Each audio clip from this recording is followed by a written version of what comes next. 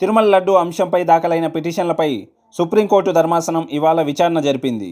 ఈ సందర్భంగా టీటీడీ తరఫు లాయర్పై ప్రశ్నల వర్షం కురిపించింది. నెయ్యి కల్తీ జరిగినట్టు సాక్ష్యం ఉందా? ఉంటే చూపించండని. నెయ్యిని రిజెక్ట్ చేశారని ఈవో చెప్పారు కదా, నెయ్యి రిజెక్ట్ చేశాక వాడే పరిస్థితి ఉండదు కదా అని, ఇతర సప్లయర్ల నుంచి శాంపిల్స్ ఎందుకు తీసుకోలేదని, ఎన్డీడీబీ మాత్రమే ఎందుకు, సెకండ్ ఒపీనియన్ ఎందుకు వెళ్ళలేదని, కల్తీ జరిగినట్లు ఆరోపించిన లడ్డూలను పరీక్షించారా అని, లడ్డూలను ముందుగానే ఎందుకు పరీక్షకు పంపలేదని, కల్తీ జరగనప్పుడు ఎందుకు బహిరంగ ప్రకటన చేశారని ప్రశ్నించింది.